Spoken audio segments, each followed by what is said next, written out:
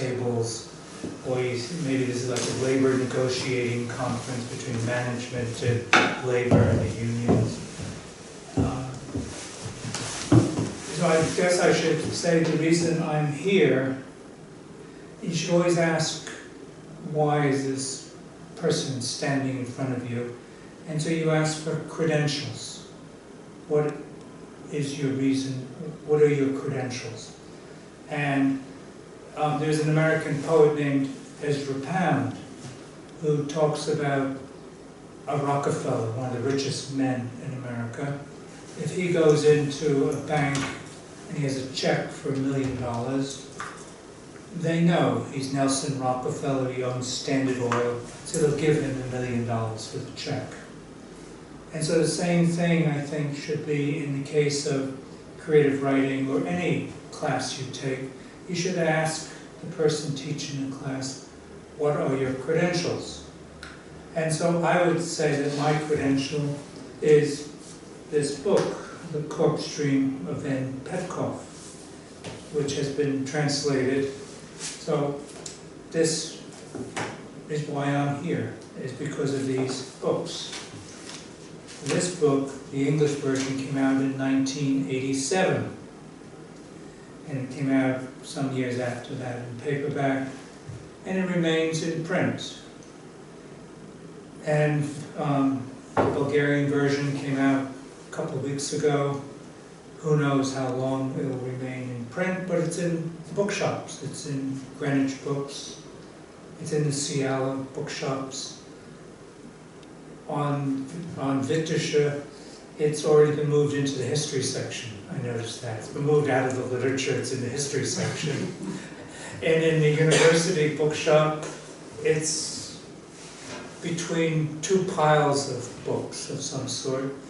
But that's the vanity of writers. They go and see, is the book in the world? And I was on television, on the Europa channel.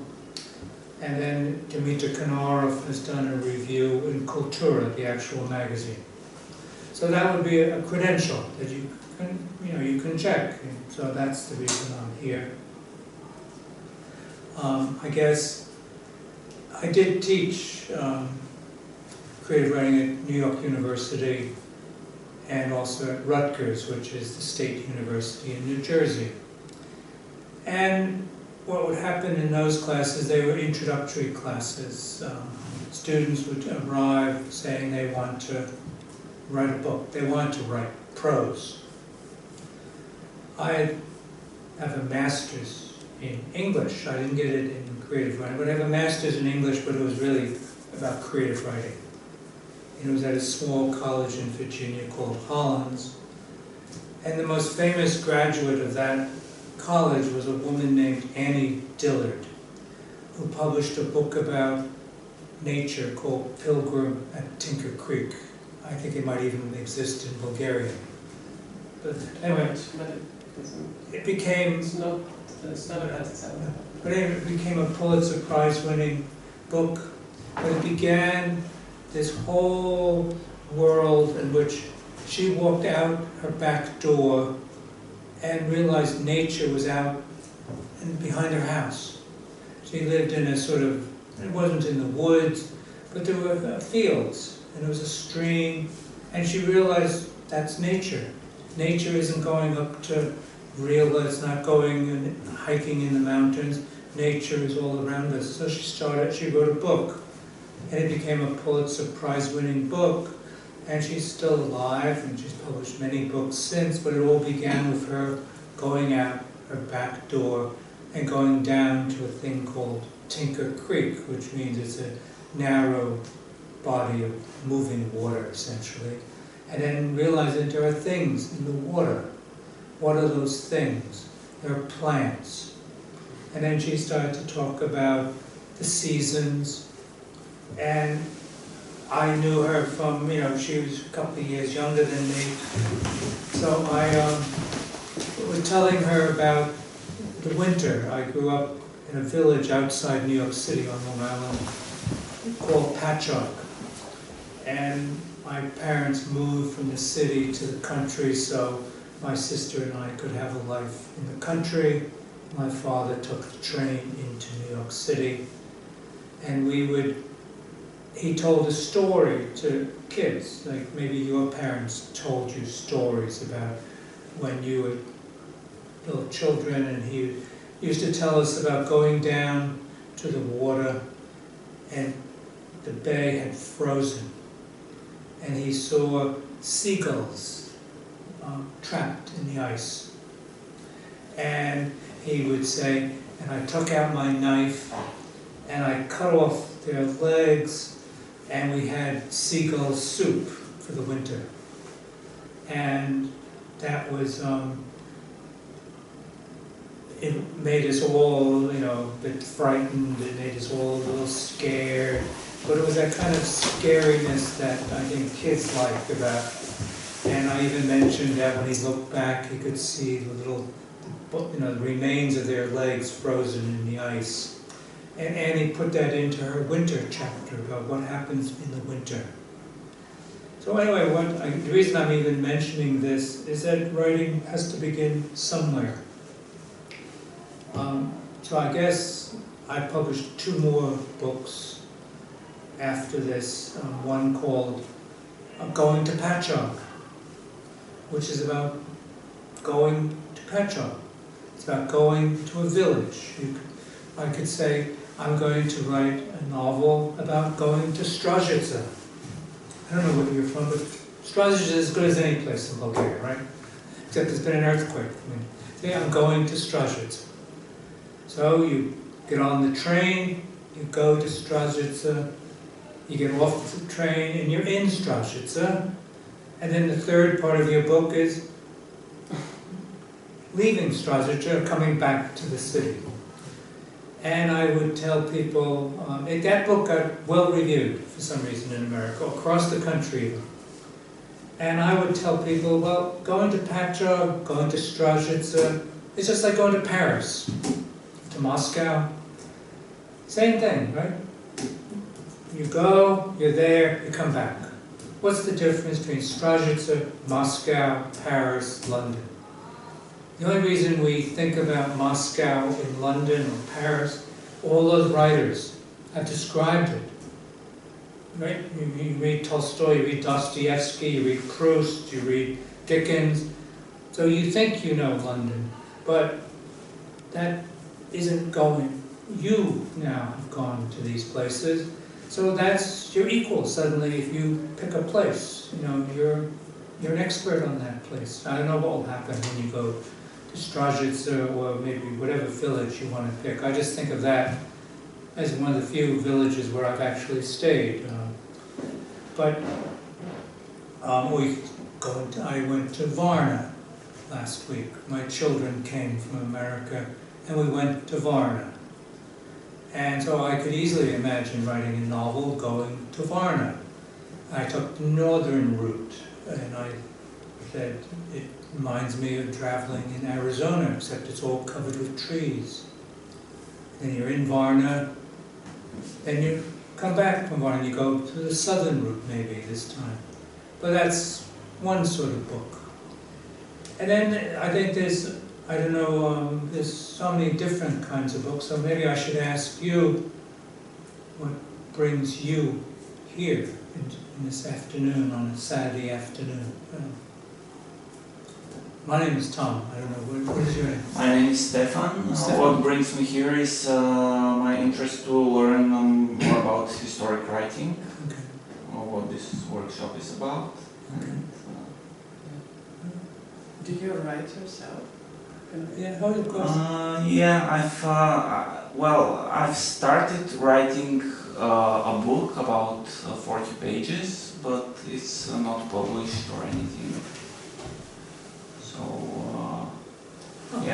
40 pages. My background actually is in journalism, so, Hello, my name is Gergana.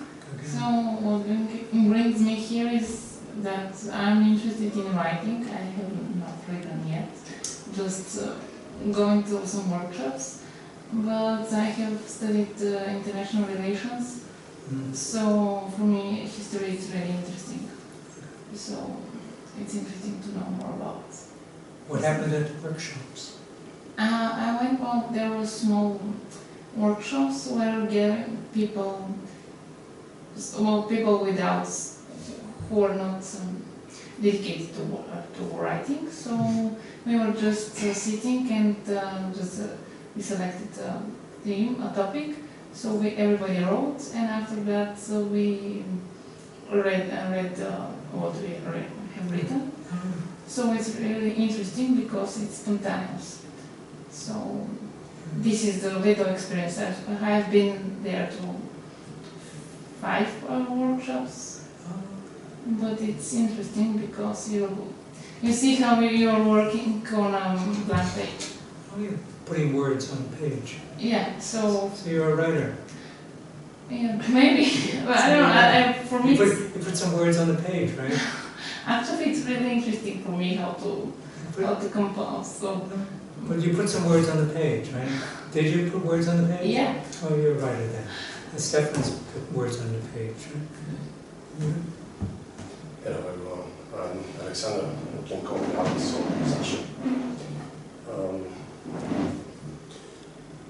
I used to work as a criminal journalist for 3 years. Now I work as a normal journalist. I work as a social and political analyst and comment writer. To be absolutely honest, this is my first workshop of any kind. For reasons I cannot actually describe, I don't know why, but I, for some reasons, try to keep myself away from other writers. I don't know why. I guess I'm what they call shy in that matter. And this is my first workshop, and I really needed to be here to mingle with other people, with other writers, with other human beings who so much love the written word. And I'm pretty sure I must get out of my comfort zone to, accomplish something. Before I published my first book, I was sitting there at home, and I was thinking, oh, the world just doesn't get me. I'm such a wonderful writer, nobody cares about me. And then there was this voice inside my head that said, did you show your work to somebody? And I said, that's how it must be done. So I gave my manuscript to a publisher, and there you go. I had my first book published, first and only so far book published. And that thing occurred to me pretty heavy, hit me recently, and there's that kind of voice again that said I need to do the same thing again in case to get my work seen by somebody, to start mingling with other people who are involved in that writing business. What was the book? It was short story collection. What book short story? Yeah, it's called I Quit My Guardian Angel Is Drunk. Oh, My Guardian Angel Is Drunk. Yeah, which I find pretty ironic now that I have to, share the thoughts with my AA meetings. And back in the day, I didn't know I will have to do this. And actually, this irony, the part of life and universe that you do some stuff that actually kind of jump out of your pages and kick you behind. That kind of irony is one of the main topics I love to write about. And here we go. I had it brought to myself. I love the irony. I put it down on pages, and then the irony beat me.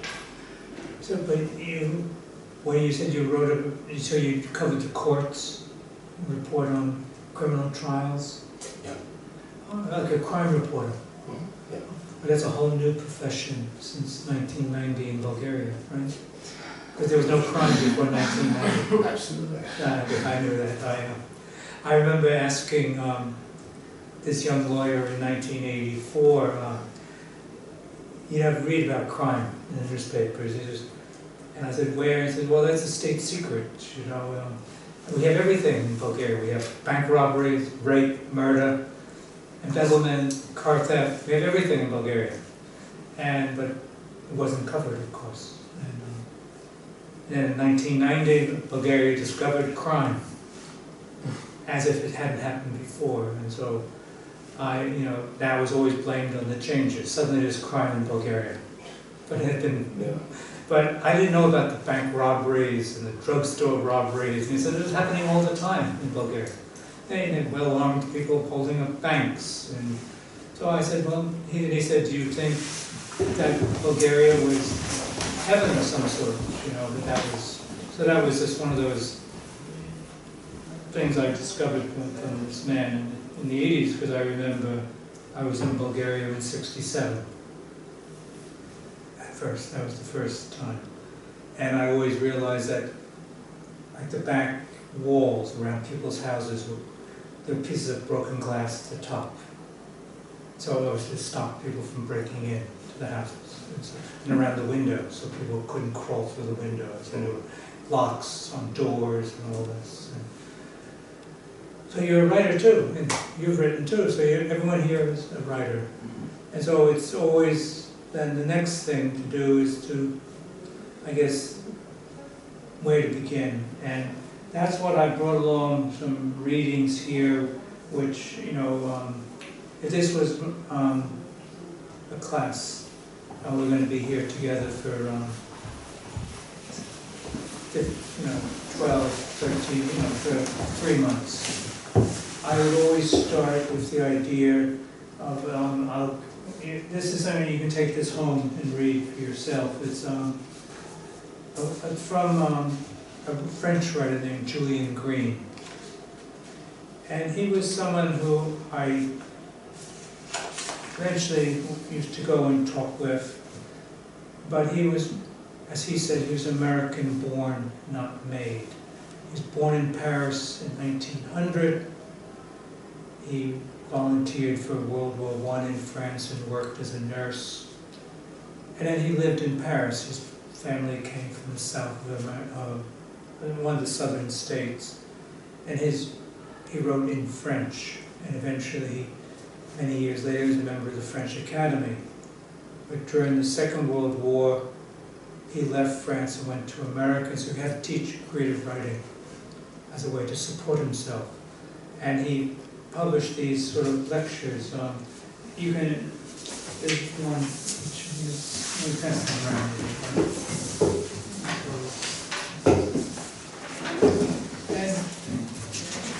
And it's something, not to read now, maybe, because maybe I can tell you what it's about. And what he's saying is that writing the hymn, anyway, begins with a person, finding a person, and seeing that person. He, that's what he says. He's teaching. He was teaching in a college, a college for women in Baltimore. Now you have to realize that Green came from Paris, where he was friends with André Gide. Maybe you all read André Gide, the Immoralist. He's one of the great classic French writers. A man named Mauriac, Francois Mauriac. If you studied French, these are like classic French writers. And this is the world that he came from, so now he's thinking about, I have to make a living, so I'm teaching creative writing to these girls in Baltimore. So he said, writing begins with a character, a person, in your imagination. You begin with someone, I don't know, it could be a man or a woman, and you can put that person someplace. A man or a woman, are they sitting on a chair someplace? Are they sitting on a park bench? Or is it a man walking upstairs to come into a room? So you begin how to go about describing him. So you could describe him, he suggested use what they call the third person, he. I guess I think that exists in Bulgarian. So he walked up the stairs. she sat on a bench. What does she look like? What does he look like? And now when you start choosing those sentences, you're telling us a lot about that person. And so this is where novels begin. A character, you discover a character. And now you have to decide what that character will do next. You have them walking on the stairs, you have them sitting in a chair. What do they do next? So that's, you have a character now. So that's maybe another way of thinking about it. And then I had another piece of writing here, which I think is here.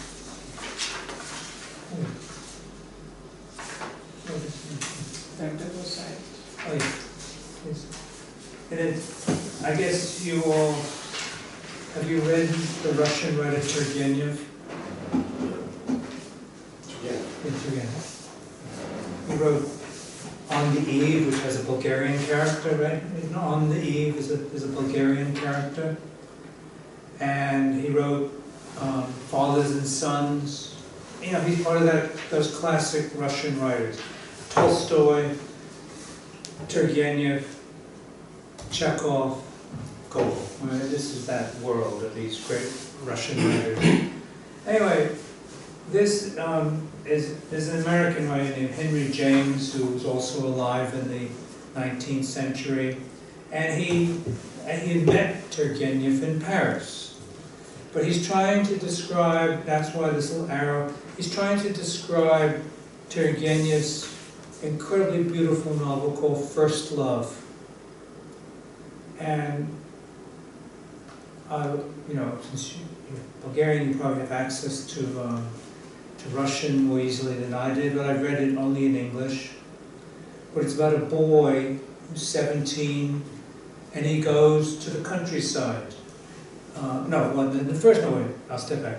The novel begins with 3 men sitting after dinner, and they decide to talk.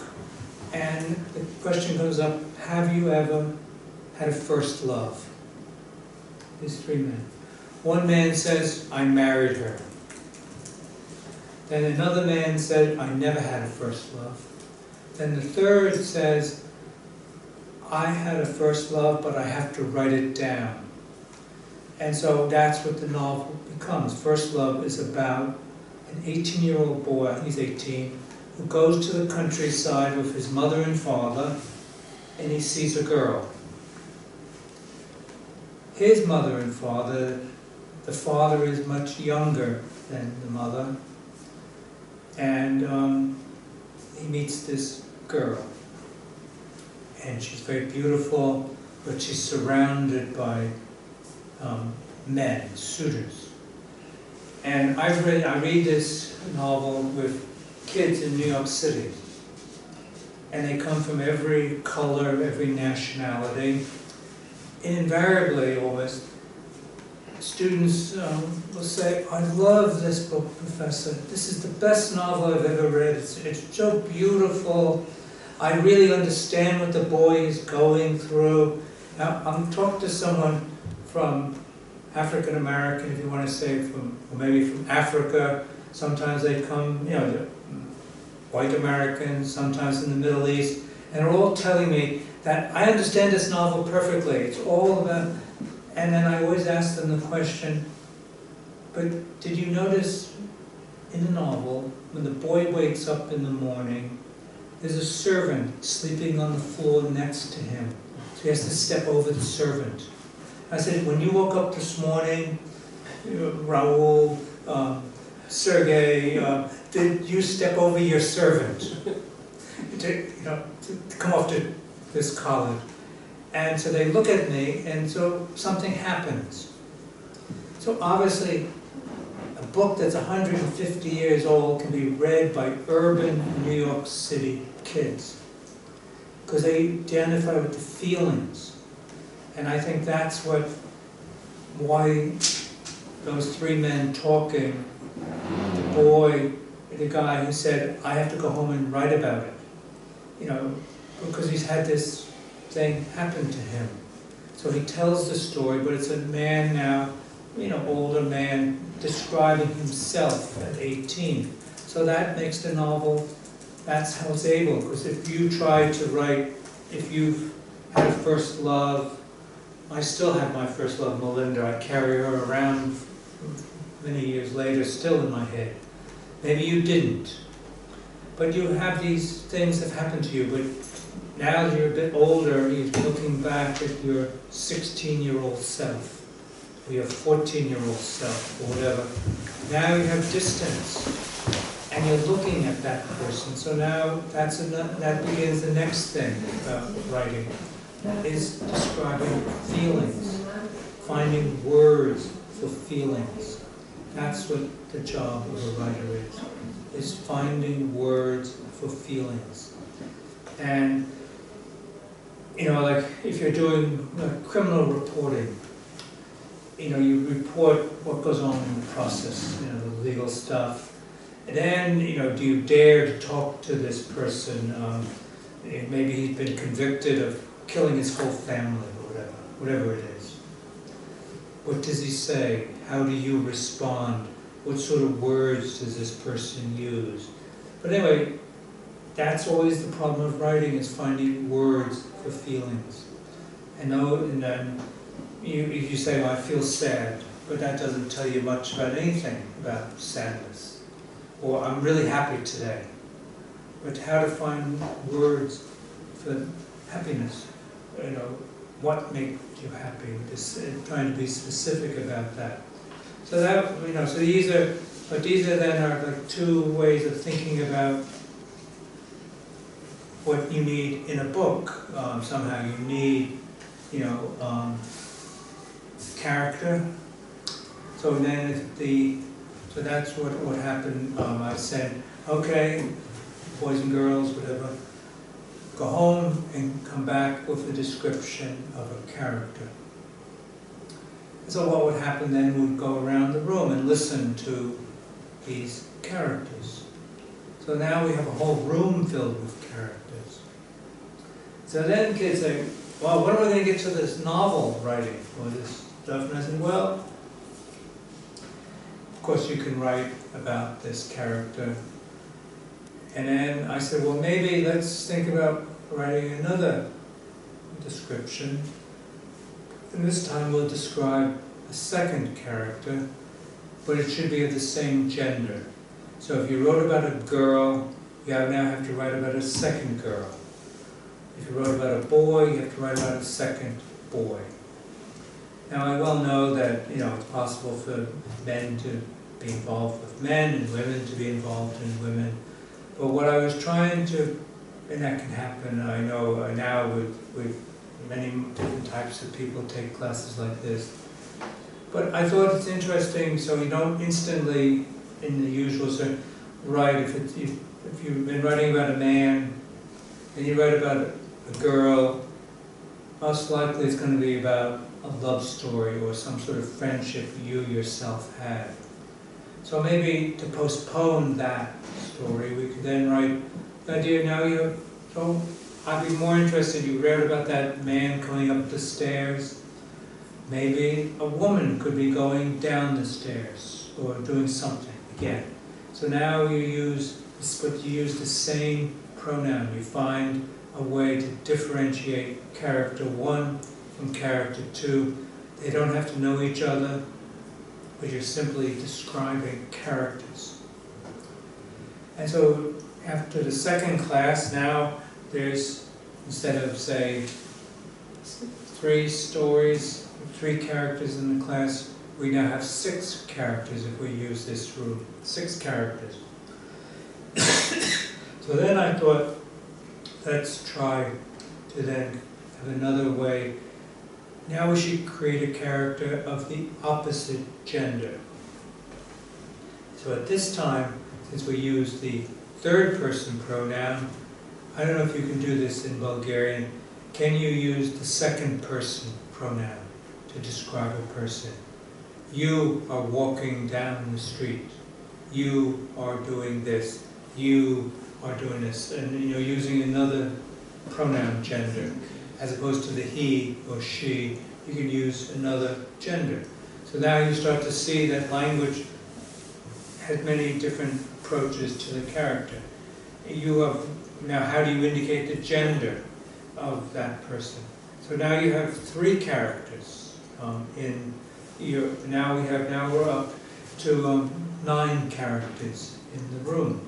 But that 3rd character, you're only using the pronoun you. And obviously then the next step is we need a place in some way. Now, a place is much more difficult to describe in some way. And there's a French writer who, I guess some people remember, Alain Rouguier. He founded something called the New Novel in French, but I only read it in English. And he thought about describing things. Like, how would you go about describing this room? Like, how many windows are there? How many tables are there? How many doors? Then you start thinking about this room, like these incredibly high ceilings, the odd lighting, sun coming in, how to describe the sun coming through the blinds, like the geometric patterns on the blinds. You hear some sort of machine in the background. And the room has people in it too. Where are they sitting? Oh, and then there's a little cell phone goes off and tucked away. There's sounds in the room. Then now you have a place. So then you're trying to think about, so we have a place, we have 9 characters, in this room. So we have 3 places, 9 characters, or we will be describing this room. And then I guess we maybe need some sort of action. So I guess we've all seen movies. So, but have you ever seen like a movie script? You see them. Oh, and boy, that's so much easier to describe. Is that you first have to say something about exterior, and you get some little price, and then you tell these people how to move around. You don't have to worry about the psychology. You're just telling them because you're telling essentially the cameraman what to do, who to picture. So now you have action in some way. And so we haven't even gotten around to thinking about plot. And that's the other thing that is always, talked about, plot. And I guess I'm not interested in plot, I think. And so that's why, then this is one thing I will read. It's very short. This is my favorite. This is my new motto. We always look for mottos. And what do you mean you're not interested in plot?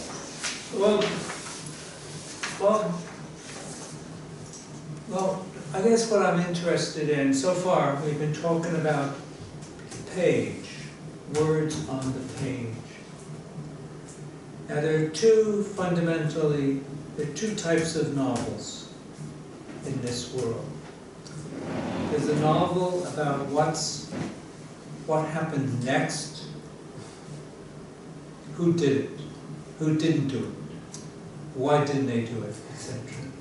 And then there's the novel which I would describe as what's happening right now on the page we or you are reading. What's going on that page? What keeps you reading that page? Because I think what happens with people want to write stories, so they want to develop character, they want to create plots so they can be made into movies. But my feeling is that once you find out who did what, can you ever reread the book again? And unless you want to be put back into that mood. But so therefore I'm interested in books that can possibly be read many times, that never exhaust themselves with one reading. I used to work in bookstores, and people would come in, and maybe you've heard them in bookstores, or you'll see in a bookstore there'll be a section, newest detective stories, newest murder stories, newest crime stories. And so once you've read one, you move on to the next one. You go on holiday. Now in America we have this whole business about summer reads. So people take thick books to the beach, and they want to find out who's going to have sex with who's going to kill who's not going to kill who did it. But that's the kind of book at the end of the summer, they end up on a bookshelf in a summer hotel, and people pick it up next summer and they said, oh, I read that book last summer. And they never look at that because they have a new book for this summer. So what we're trying to do is to try to write books that survive the first reading. And so I found this sentence is from Nela de Pinho, who's a Brazilian writer. And so you notice I've tried to think about this only writing. And this comes up about national writing, language writing, because a lot of this is about translation and whatnot, different types of writing. I was at this thing at the National Palace of Culture, immigration and writing. Is there such a thing as immigrant writing? And I said, that maybe, or is there such a thing as women's writing, men's writing, gay writing, African writing, Arabic writing? There's all these subgenres that they're always inventing. And so, but I think finally, there really is only writing. And there's a wonderful a book by a French writer, I just know she's French, called The World Republic of Letters, which is a nice way of thinking about it, the World Republic of Letters. And so one tries to write a novel that enters this special republic of books. And Henry James, who I gave you, said that there are many houses in this republic, many different types of novels, but they all participate in this universe that only writers know about. It's inside this world of writing. And so here, I thought these are wonderful, like little rules about what to avoid, and it answers that question about plot. She's writing this in a book called Republic of Dreams. And it's a novel based on her family, which had come from Spain and ended up in Rio de Janeiro.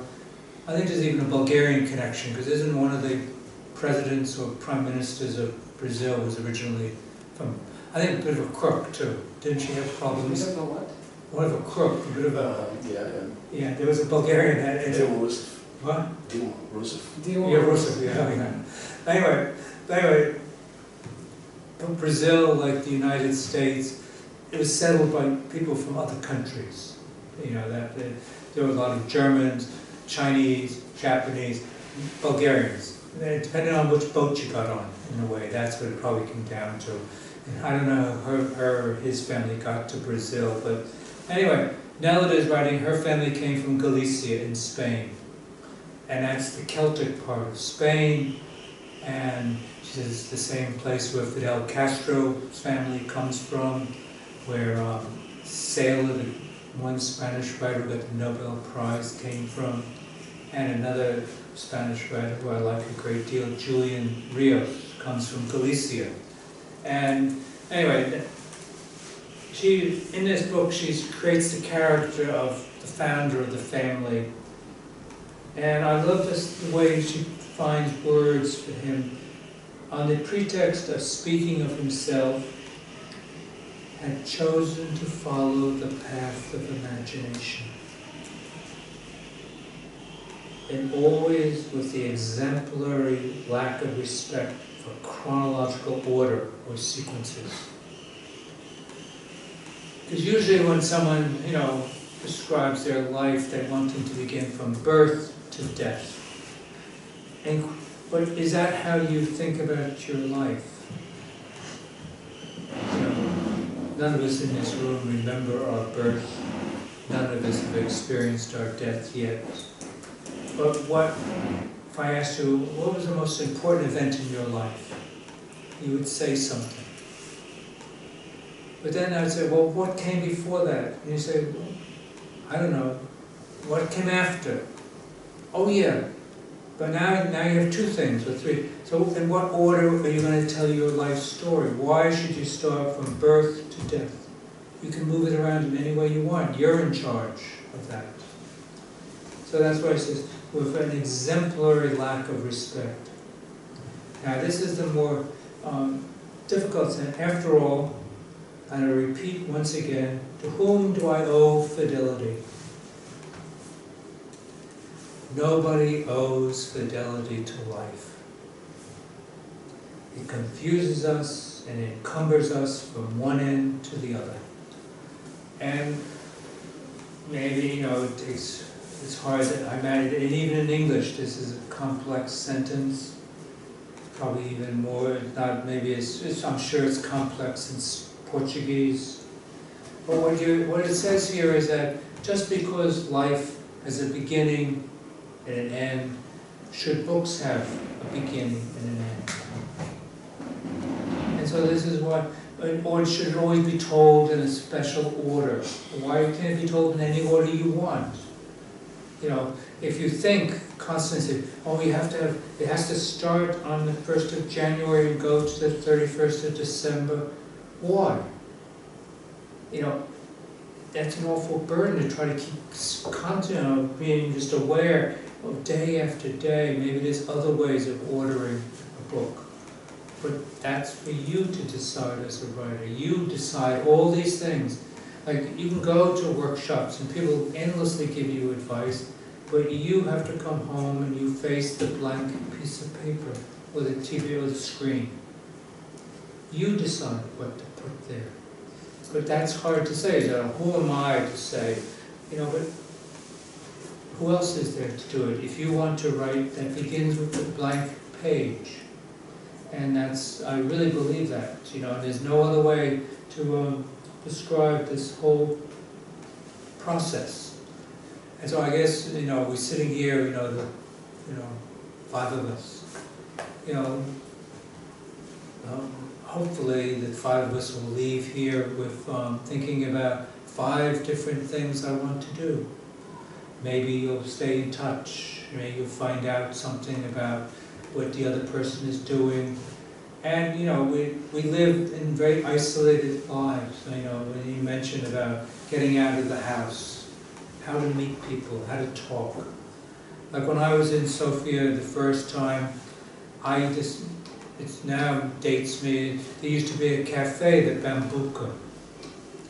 And I used to like to drink in '67, and the Bambuka was a cafe next to the National Theatre. It's a bank now, of all things. But anyway, I would go in there, you know, and eventually, even though I didn't speak many, I spoke, the only Bulgarian I could speak, I'd say, Asiska Malko Studena Mastika. No, that's all you needed to know. You didn't need to know much more. Every once in a while, I'd say, Koyama Studena Mastika.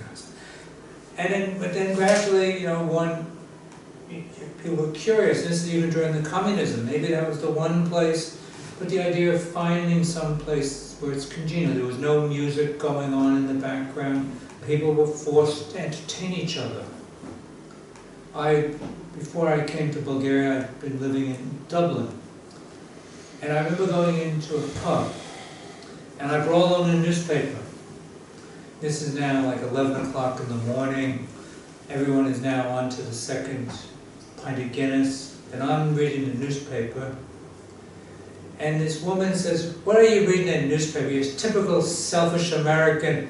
Don't you realize you're here to entertain us, and you're here to entertain us, and we're going to entertain you." Because that's what coming to a public place is. We entertain each other with stories. You know, bullshit, if you want to use the vulgar phrase. We tell each other stories. What happened? How did I get here this morning? What happened last night? Because none of us want to be at home because there wasn't a lot of central heating in Dublin. We want to get out of the house. We want to talk.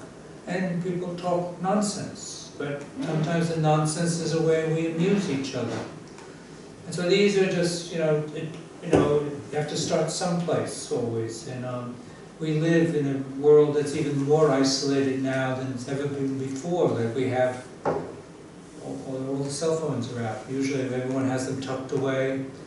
And we expect something on these video screens, we're waiting for that message. Our life is going to change. But so I'm here waiting for that message too. We're all waiting for the message that we've won the lottery or something's going to happen. So what I'm trying to talk about is how to begin. And I can feel like you've written a book already. So you've begun. You've been to classes. So you have to start on page 1. That's the idea of a beginning. And then just to confuse you all a bit more, I have here my favorite suggestion. This at least is funny, about the problem of where to begin, of course. And I don't know if Flann O'Brien, this man is translated into Bulgarian. James Joyce is now available in Bulgarian. And many of you probably are very intimidated. How can I read James Joyce? What do I said, well, the way to read any of these writers, Proust, Joyce, Tolstoy, Anton Donchev, just to put in a Bulgarian writer who I met years and years ago, you have to start on page 1. That's all you got to do. You don't need to know anything more.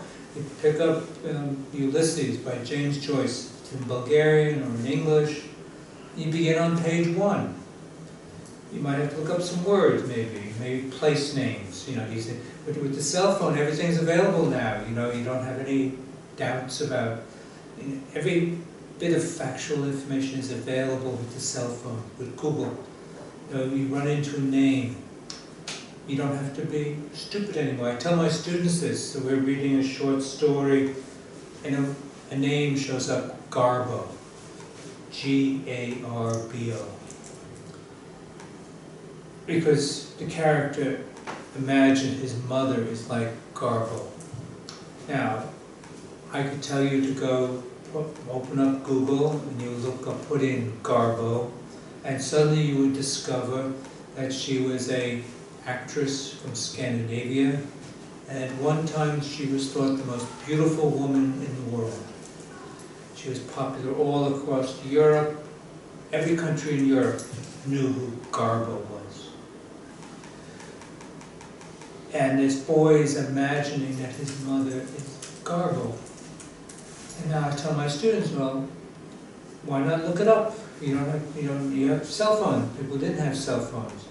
Now if you go to, you'll see Garbo shows up and you'll see a picture of her. Then you can go to YouTube and then you can see her. And so now you know what Garbo looks like. And so anyway, but then just to get back to this, actually was a novel writing. I thought here is a novel by Flann O'Brien, At Swim Two Birds. And I can just read you the opening paragraph and you can see what makes this, why it's a good suggestion about how to write a novel. Having placed, Just for a second. okay.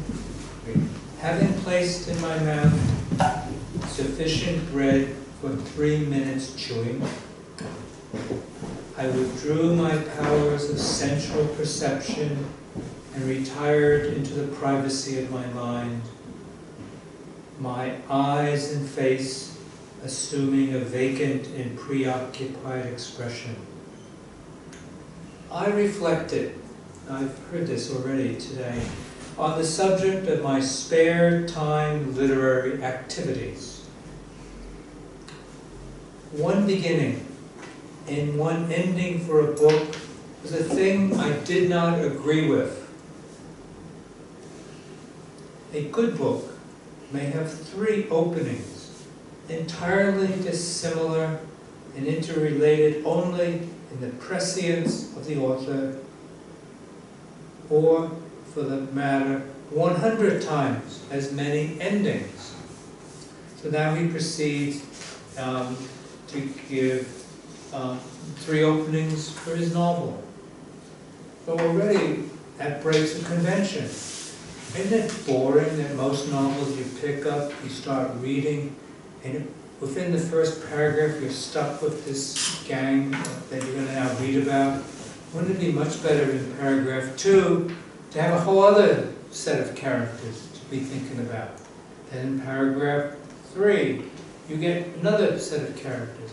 So why stick with just one group of people? Why not have 3 different types of books? Because remember, you just have to fill up a certain number of pages.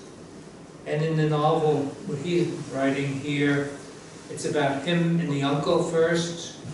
Then he imagines about there's a part of Dublin in which people are living out their life as if they're in a western, like cowboys and Indians in Dublin. Then another character is about some mythological Bulgarian, Irish character. Just like in Bulgaria, you could imagine a novel with 3 beginnings, 5 people sitting in this room, and someone says, dear boy, 5 people were all sitting here in the afternoon of a Saturday writing creative writing. And then he says, I wonder if this was a meeting of a small committee of the Central Committee of the former Communist Party. And they're trying to figure out which gift to send to Leonid Brezhnev. So now you suddenly have Todorchikov and these people are sitting around talking about which gifts. Then there's maybe, you could imagine at the same time another novel, say, easily of down in the basement of this big building, the building that's down there, near where Sum used to be or whatever, of the people who have the cleaning people in the office building, wondering whether these people are ever going to get over their meeting because they got to clean the office because they have many other offices. So you'd have 3 novels that all start with these people sitting in a room like us, and then suddenly, these others. So you have 3 totally different novels going on at the same time. One is historical. One is about practical. Whether the people cleaning are cleaning today, because at one time that building was a party building. Now it's maybe a branch of IBM, right? Instead of party building, it's an IBM Sofia office, and who knows what the executives are talking about. They're all probably talking about lunch, dinner, where are we going on holidays, what do those people in New York want from us in Bulgaria, why aren't we delivering it, what kind of bullshit are we going to give them when that guy comes from New York. So you start thinking about the possibilities of these stories. And so then I have one other piece of writing here, because the temptation then is to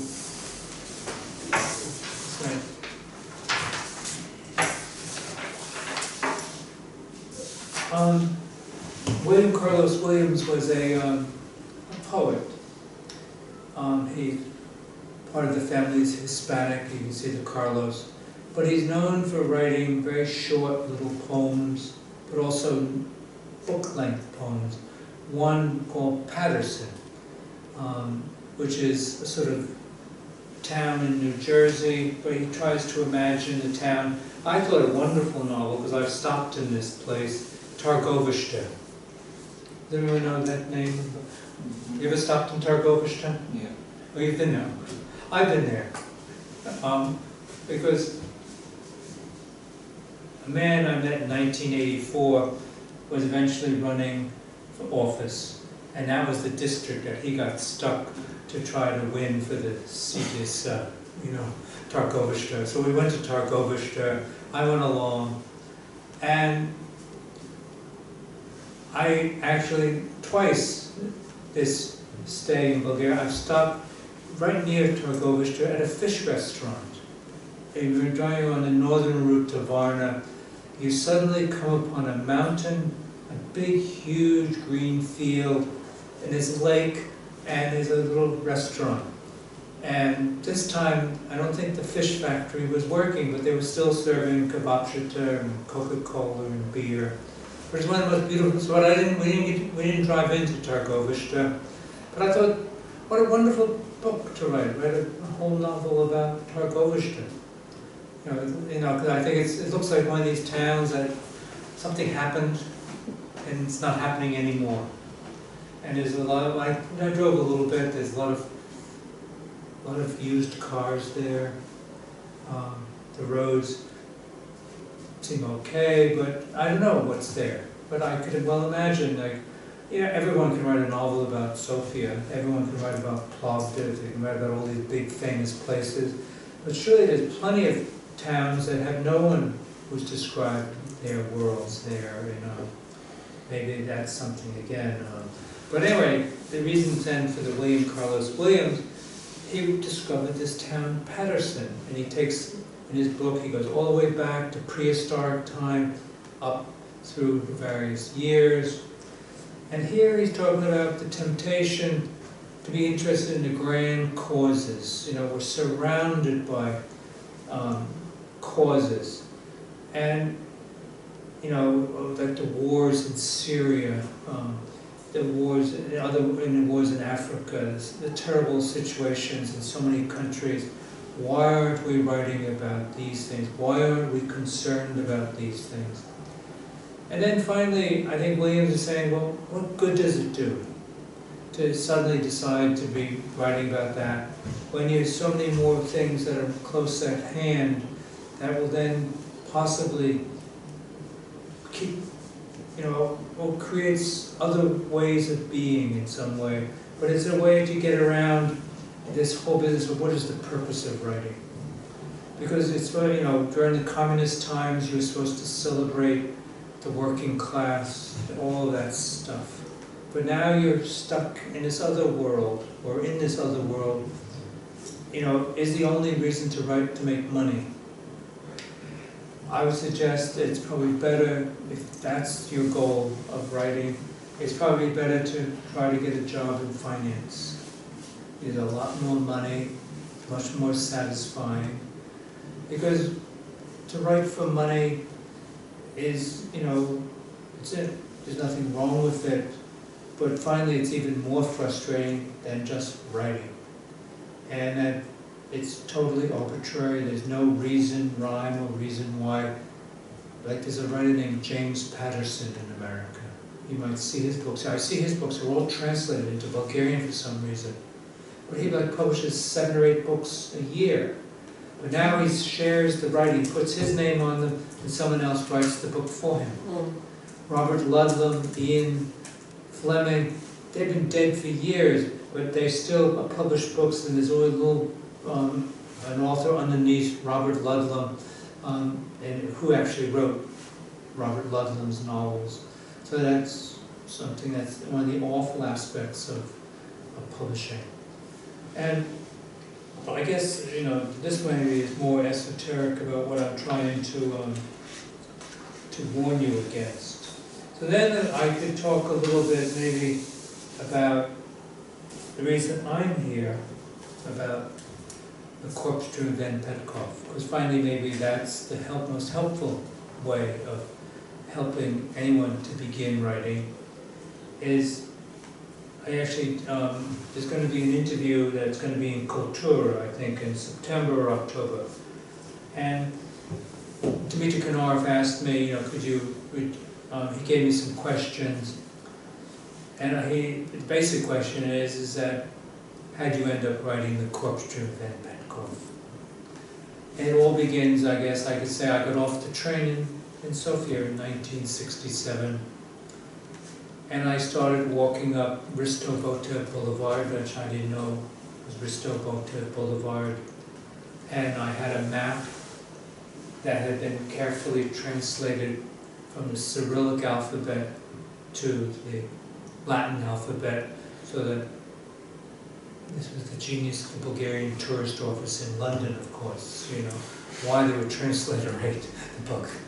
Anyway, I'm walking, it's getting dark, and I didn't have a clue where I was. I was 22, 23, and there was a kiosk open, and there was a girl sitting in the kiosk, and I asked her, you know, for tourist information.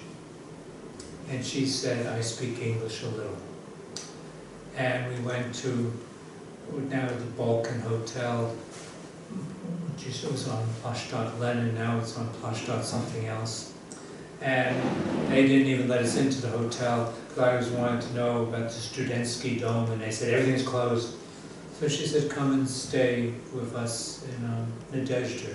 Her mother lived out in Nadezhda. And the irony, of course, is it's called Hope, Nadezhda, Hope.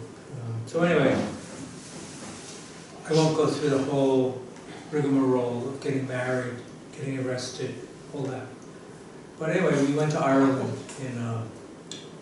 I'm telling you about getting arrested in Bulgaria, but anyway, I'll come to that at the end, because that at least is humorous. But anyway, eventually we went to Ireland.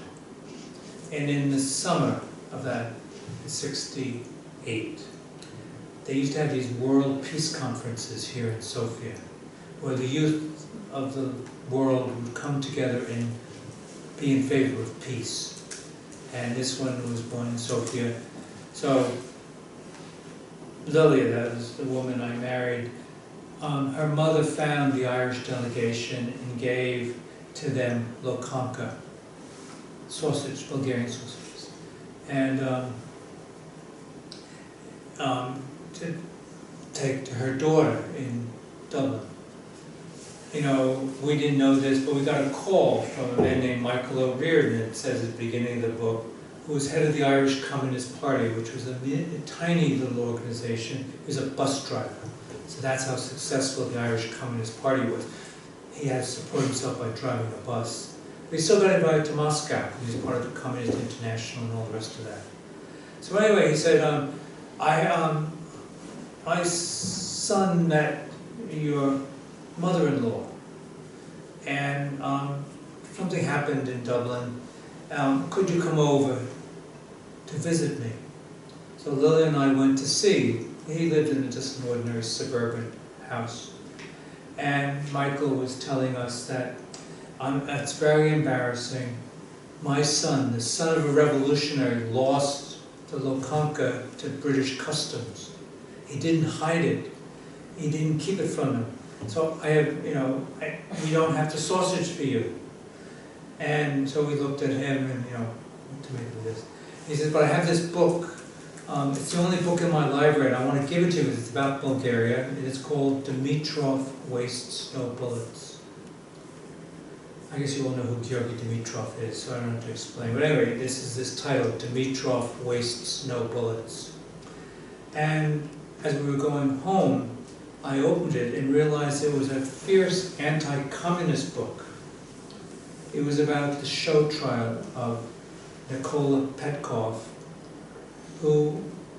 and one of the things that was shouted in the parliament at that time was that, we won't waste a bullet on you, Petkov.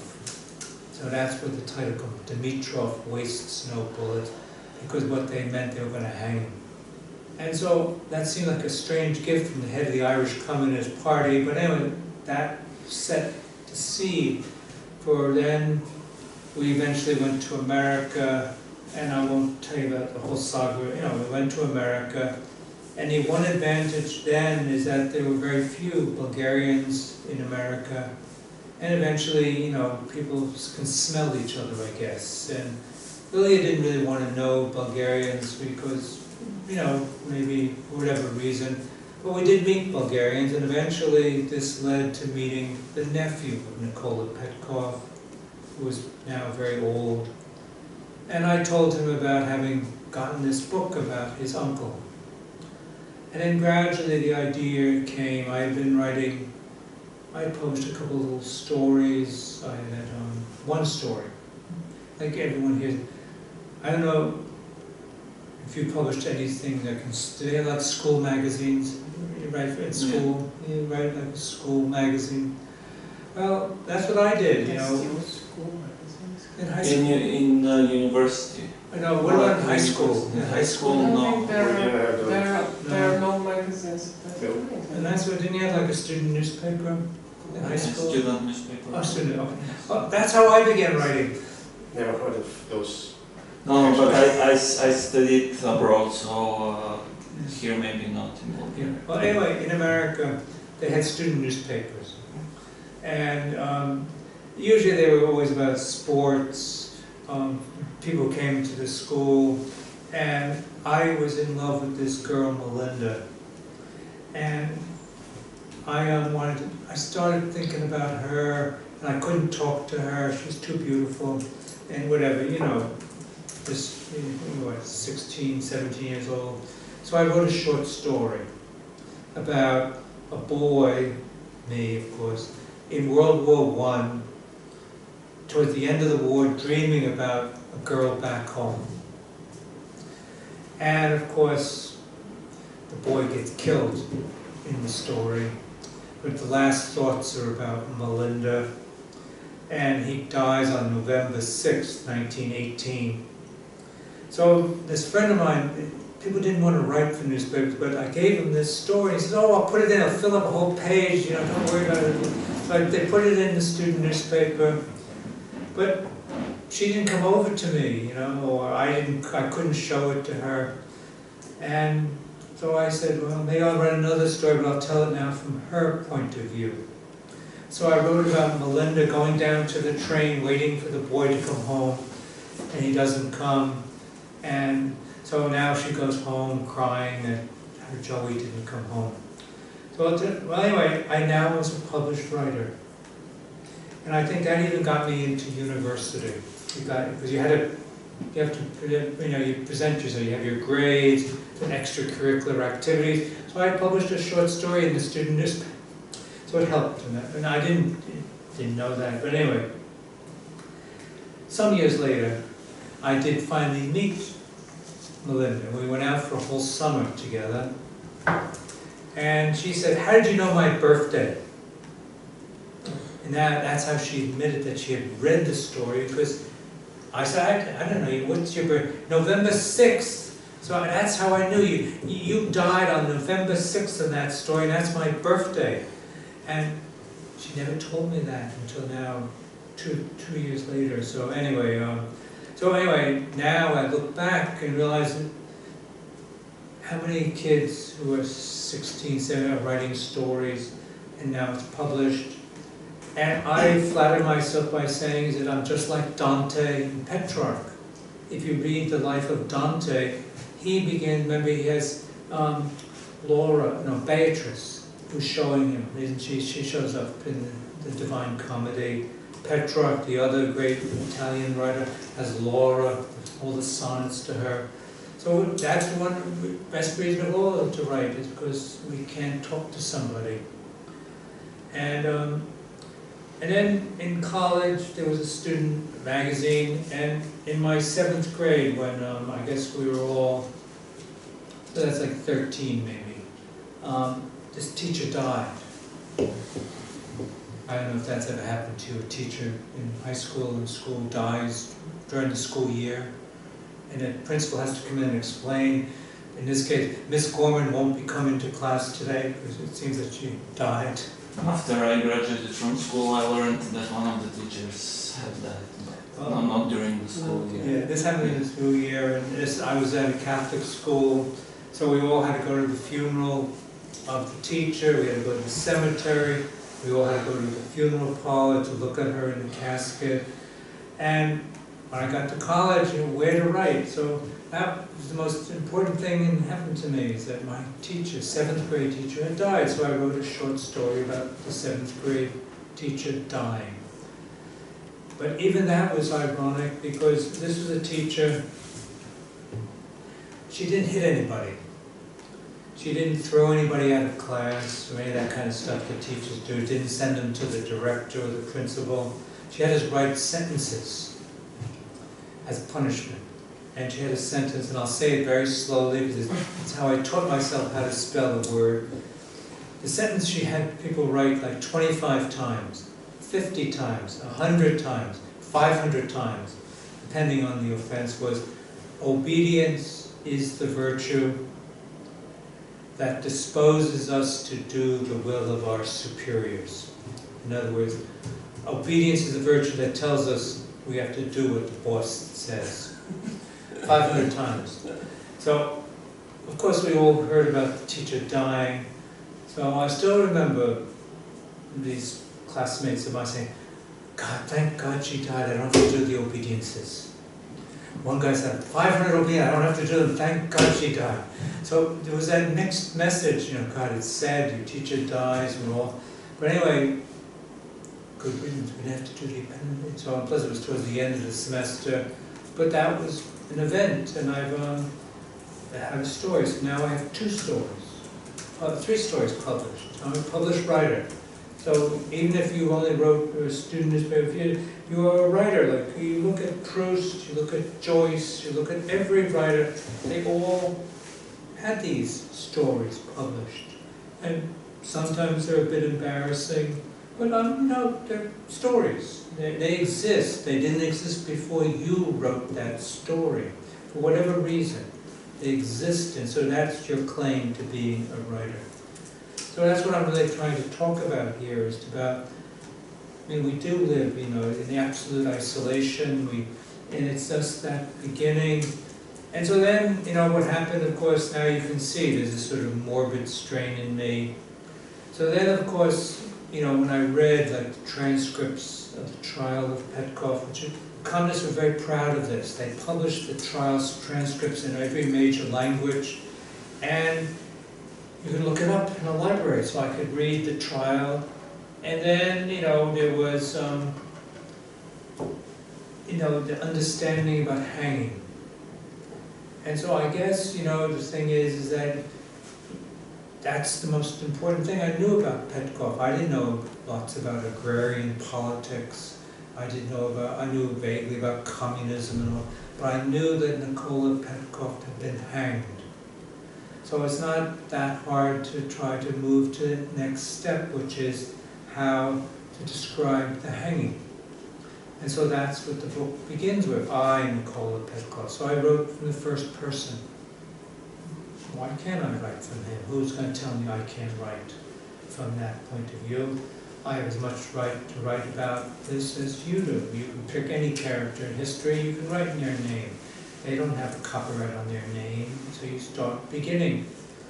And then, you know, the advantage of having a Catholic education was that we were always concerned about our souls. Like you talked about a guardian angel. We were always told to leave room on the bench next to us in school for the guardian angel, because the guardian angel watches out after you. Tries to make sure you don't do bad things, you know. Sometimes you can't hear the guardian angel. But anyway, we had this sort of dreamy sort of world, maybe not dreamy, but spiritual. We always knew that there was another world, maybe. And then we had to worry about where we were going to end up, where the soul was going to end up. And so therefore, I guess we were always thinking about what it's going to be like. And there was an exercise that's based on a book called Spiritual Exercises of Ignatius Loyola, who's the founder of the Jesuit order, an order of priests. And he says in there, like, what it is, like, in order to become a priest, you go through these stages of spiritual education. And there's one exercise in which you imagine yourself on your deathbed. And you're lying in your bed and you realize the relatives are around you.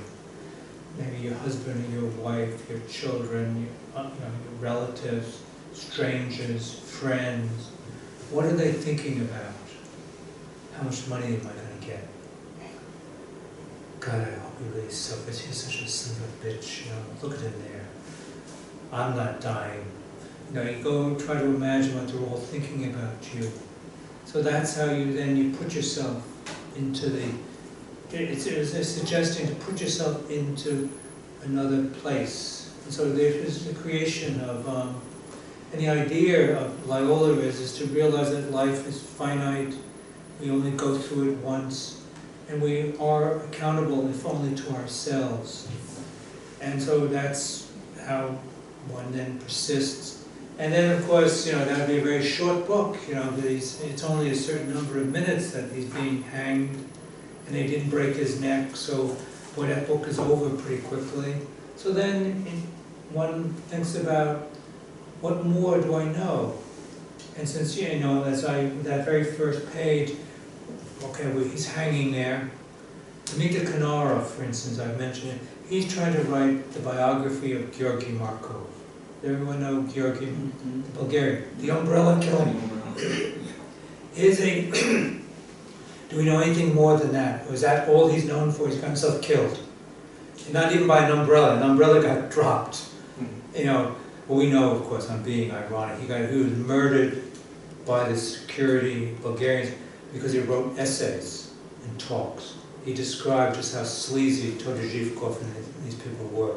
It wasn't even really about, politics. He was describing just how miserable people they were, and about their greed, and about complaining about where they had to live. I remember one complaining about, look at these awful places, these king's palaces where we're forced to live. What dumps they left us. This is the kind of, and that's why he was murdered, because this is, he's the only writer who was inside, who can listen to these people talk like this. Like Solzhenitsyn, Milosh, think about all the dissident writers, Pasternak, they were all on the outside. They weren't sitting there listening to Stalin and all the rest of this, where Markov was, and then he was giving away the family secrets, and that's why he's murdered. And that's because they're simply pissed off with him, because he knows what they were all about. These representatives of the people's power, their lemos, complaining about the lemo they got as opposed to the other guys, this kind of stuff. But anyway, so that's what I started to then find. You look up the historical records about it. It's all available, everything now described. And then I thought about that mother-in-law of mine, the wife, my nephew. I asked them, what do you know about Nicola Petkov? And then you start to see, even though they were in America, they hesitate to mention certain names because they knew that who's listening. And then, then the book comes to an end, and there's two lines at the very end, and I can tell you here, at the very end, it suddenly switches, and it goes, the lines are perpendicular, and one says, maybe he was showing character, the other person says he was just stupid. Which is not the experience. You take a man like Petkov, you take the Risto Botev, Levsky, they were showing character, or maybe they're just stupid. Why did they do this? Get themselves hanged, right? Why did they do it? It's perfectly reasonable, human. I can tell you that the man, since we have this in this room, the man who says he was stupid was a Bulgarian diplomat at the UN, who, by accident, eventually we met him because my wife was legally abroad, and she got a degree, and then she wanted to get a job, and it's hard to get a job at the UN. So we went to see this guy, and I said, Lily needs a job. She liked to work at the library, and he says, well, the little bear has to talk to the big bear. So he had part of the Bulgarian delegate. He had to go talk to the Russians. So basically, she passed the test. She failed the first entrance test. They gave her the same test over again in another language. So she ended up working at the library. So we discovered something about those kind of connections. So he's the one who I mentioned. In '84, I guess I was telling him I was writing this book about Petkov, and he says, oh, he was just so stupid. Why did if he kept his mouth shut, we would have made him ambassador to Switzerland. He could have sat out his life in Switzerland as an ambassador to one of the UN agencies. And why? He was smart. He had helped be part of the anti-fascist movement. He was just so stupid, And then the other person who said this was this lawyer I met in 1984, a man named Philip Dimitrov. In 1984, he was just a young lawyer, and I was here for the Slavonic seminar, and I went to visit him, and we were talking, and he was telling me that he was part of a group of people who were concerned that the rivers in Bulgaria are polluted. Where does the pollution come from? There are no capitalist industries here in Bulgaria. Where is the pollution coming from? So that was the beginning of the changes, asking these simple questions. Where does the pollution come from? And I'm exaggerating a little bit, but that's the beginning. You ask a simple question. And I asked him about it, and he said, well, maybe he was showing character. So maybe that's part of, so that allows then the reader to make up their own mind. What is more important, character or dying? And so that gives, the book is given back to the reader, and I've tried to give the evidence on both sides. You're not really, but the evidence. They've accused him of all these terrible things, and the accusations, and so, and that's describes how I came to write. And then I can tell you, I just did another book about Bulgaria that starts with my wife. Lily was my first wife. I've been married 3 times. Still friends with all of them. There's the mother of my children, and they came to Bulgaria for the first time. They had heard about this country all these years. Then my current wife is from, her first language is Estonian. And we met in New York. She met me, she asked me to autograph a book. And that's how, the paperback version of this. And so I kept saying, why didn't I meet a woman from France? Wouldn't it be nice to have a French wife? So I get an Estonian. Her first name is Estonian, and I say, God, Bulgaria is obscure, but Estonia is even more obscure. But anyway, we came to Bulgaria in 2010, and we went up to Rila. And on the church, on the side of Rila, is the aerial tollway, which the soul goes on when you die in the Orthodox Church in Bulgaria. The soul goes on this journey for 40 days. And there's questions asked all the way. Have you lied? Have you murdered? Have you raped? They go and ask you these questions. And at the very end, they decide whether you're going to heaven or hell. Right? And I thought, what a wonderful way to describe a trip around Bulgaria on the aerial tollway. And so that's what we did. We went on this aerial tollway. I wasn't finding myself guilty of lying, murder, raping, and all this. But I was thinking about the death of a woman I had met at the Slavonic seminar here, who died like a useless death upstate New York. So like her death followed us around as we thought about her. We went to Strajitsa, and Anna was terrified of Strajitsa because the town had been devastated by an earthquake, and she saw horse-drawn carts. And for some reason, subjectively, she was terrified of horse-drawn carts. So therefore, everyone has different reactions to these places. So and then how to end this book. I don't know if in your time, or if maybe where the History Museum moved itself to, but the History Museum used to be in the Palace of Justice, the courts. I remember. Yeah, and there was a room there where they had all the maps that were printed in Western Europe during the Turkish occupation. And Bulgaria was still outlined on the maps, because Bulgaria officially didn't exist. So that's why I call my book, it's a Bulgarian novel written in English called Empty American Letters, and it ends at the Battle of Varna. Which of course didn't happen in Bulgaria, because Bulgaria didn't exist in 1444 when Polish and Hungarian armies meet the Turks at Varna. So that seems like an appropriate place to end the novel, in another place that didn't, event that didn't happen in Bulgaria, just as our journey around on the aerial tollway didn't happen, because as a Catholic, I feel sorry a little for Orthodox people, because we have 3 options at the end. You people are only stuck with heaven and hell, whereas we get the choice of heaven, purgatory, and hell. And so that even brings me back to Julian Green. And early on, I would see him in Paris. And I told him about being an altar boy, which, you know, when I was a young boy and I would serve Mass in the church. And Julian Green now, I'm thinking of this man, he's in his 80s, he's in the French Academy, he's there. He used to know G, he shows up in G's diaries.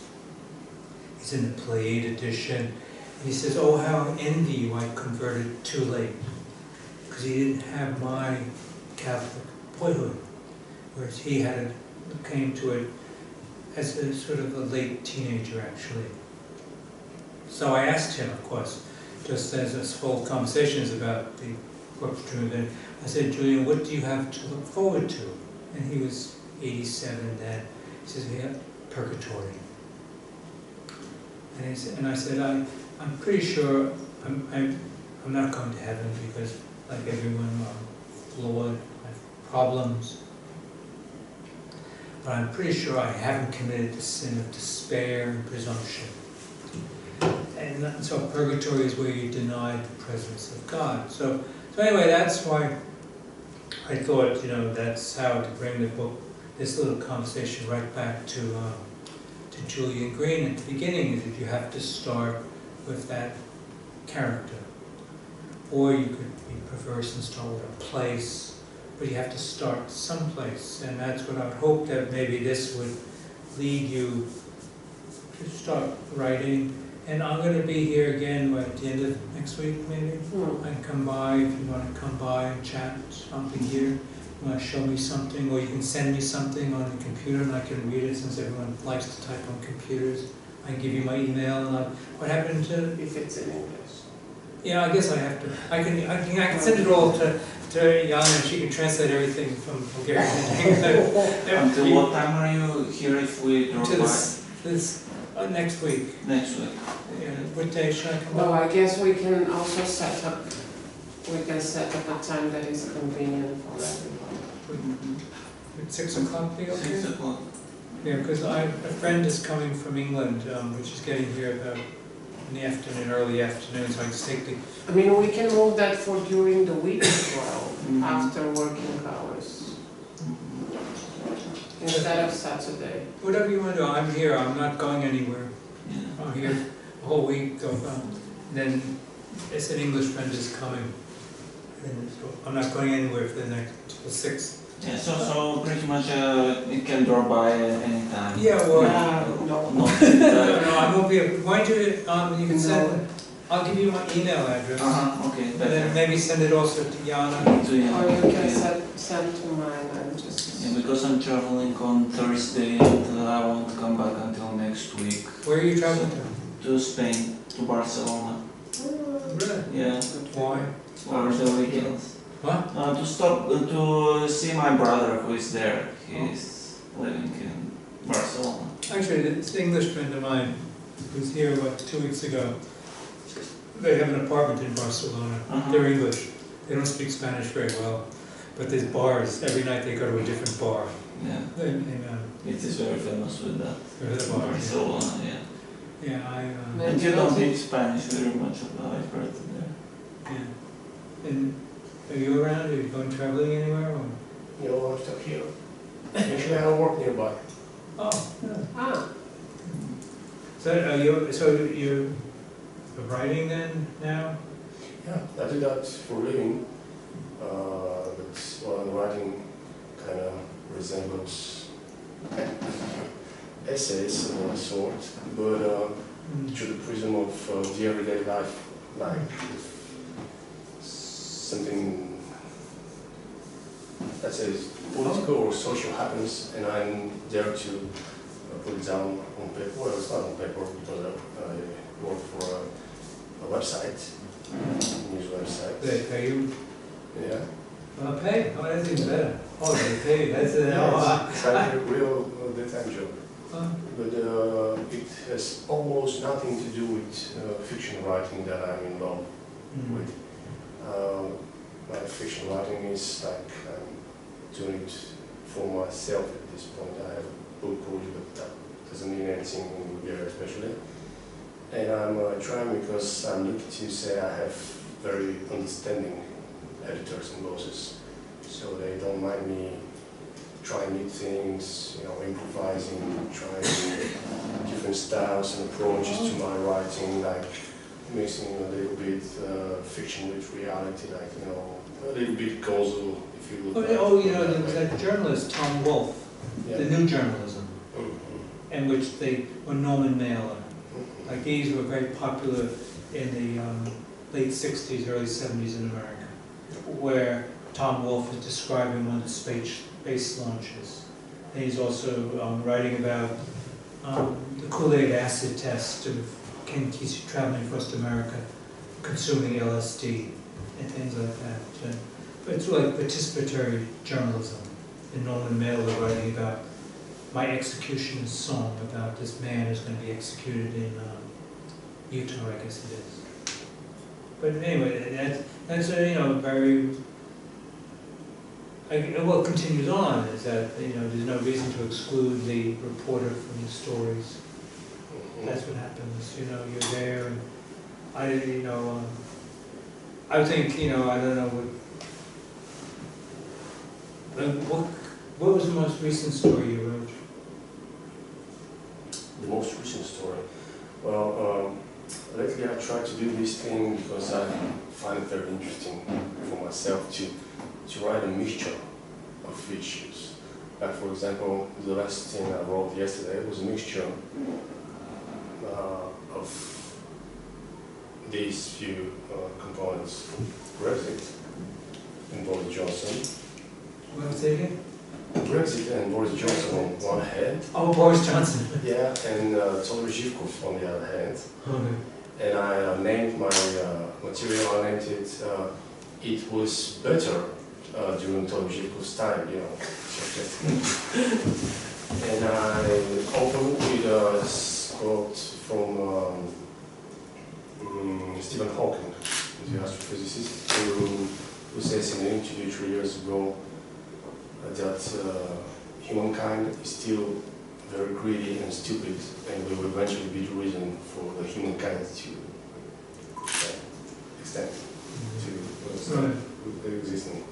And I do these things because I like to put my point of view, but I like to emphasize it with sarcasm.